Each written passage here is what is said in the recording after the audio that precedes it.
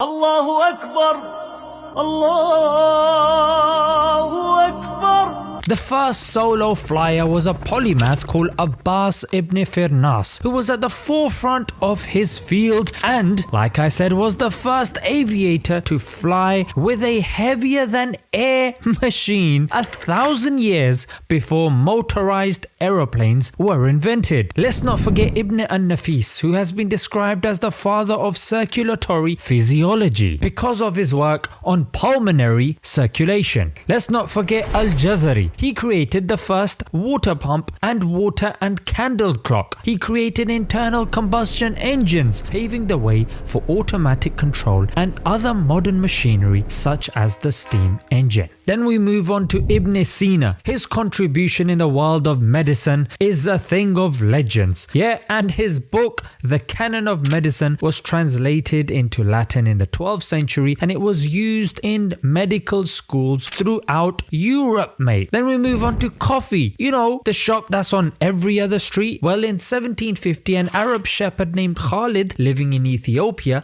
observed the behavioral changes on his goats when eating from a particular bush. So this bloke right here discovered coffee. Located in Fez, Morocco, the University of Al-Qarawiyyin was founded in 859 by Fatima al-Fihri, who spent the inheritance from her father to create the university. It is considered as the first university by the Guinness Book of World Records. Then we move on to Az-Zahrawi. If you look at his book At-Tasrif, in the 10th century, there is a description and magnificent illustration of about 200 surgical instruments, many of which that were devised by him. I haven't even mentioned the numerous contributions of Jabir ibn Hayyan with regards to chemistry. So many processes from crystallization, distillation, sublimation, and the list goes on. Did I mention that the scientific method was created by somebody called Ibn al-Haytham? That's not even mentioning his contribution when it comes to cameras. Yes, the camera obscura. Were it not for that, Apple today wouldn't have much of a sale pitch for their phones. And it's in every aspect that the Muslims were thriving. Let's look at the first Turkish bath in Victorian London that was built near Marble Arch. David Urquhart, a diplomat who had travelled around Turkey and Islamic Spain, brought the baths over to London in an attempt to eradicate disease and promote good health. Guys, I can go on. I mean, Al-Ghazali had substantial influence on Latin Europe. There have been historical links and influence found on St. Thomas Aquinas's works. Even Nicholas Copernicus, who's known as the father of modern day astronomy as it were, in his book De Revolutionibus, which was the initiator of the scientific revolution here in the West, in that book he has cited 5 Islamic scholars: Ibn Rushd, Al-Batani, Al-Bitruji, Al-Zarqalu, and Thabit ibn Qurra. There are some that have influenced his works, but he has craftily missed those out, like At-Tusi, amongst others. And even one of the founding fathers of America, Thomas Jefferson, had a copy of the Quran, 1765, that was 11 years before he wrote the Declaration of Independence. And that is the Quran that is used to swear in the Muslim congressman that we have today in the US. Guys, this is literally a dip in the ocean. If you want to know more, read a book called 1001 Inventions in Muslim Civilization. That should give you a deeper dive into this. And of course, be proud of your heritage, be proud of your faith, for if the colonizers are to destroy us, the first thing they will destroy is our history. So keep our history alive. Until next time, Assalamu alaikum.